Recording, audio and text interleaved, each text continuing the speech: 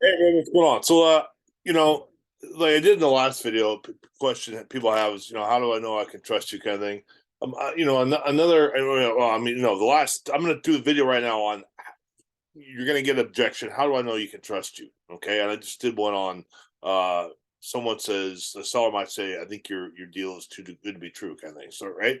So this is the thing.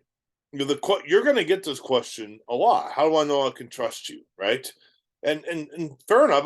That's a legitimate question from a seller. I mean, you're asking them to assign their equitable interest, to you, in the property, and they want to make sure, as I would too, anybody, that you can do what you say. Does that make sense? So what do you say? Oh, how do I know you can trust you? No, typical sales guys go, well, let me tell you about this, but I'm gonna tell you all about you, blah blah blah, Better Business Bureau, whatever the stuff, right? Now, or you might be in, right. That's typically what a normal sales guy would say. Now, in your case, maybe you've never done a deal before, right? And you're like, oh shoot, what do I say, right? So here, this is the thing. This is how you want to respond. I don't care if you've been doing this a long time or if you're just starting out. Okay. Number one, you need to be empathetic with these folks. Realize that's a real question. How do I know I can trust you? Are you trustworthy? You know, and if you are, okay, great. So you want to just ask them, hey, to kind of diffuse the situation. Gosh, Mrs. Smith, I understand where you're coming from. I mean, if I was in your shoes and somebody was, trying to get my property in the contract, I'd be really concerned too. And that's a great question. And I want to, you're not alone there. I know I've always wondered, when people want to do business with me, I kind of want to know the same thing, and I totally get it. What do you need from me, Mrs. Smith, in order to make you more comfortable, right?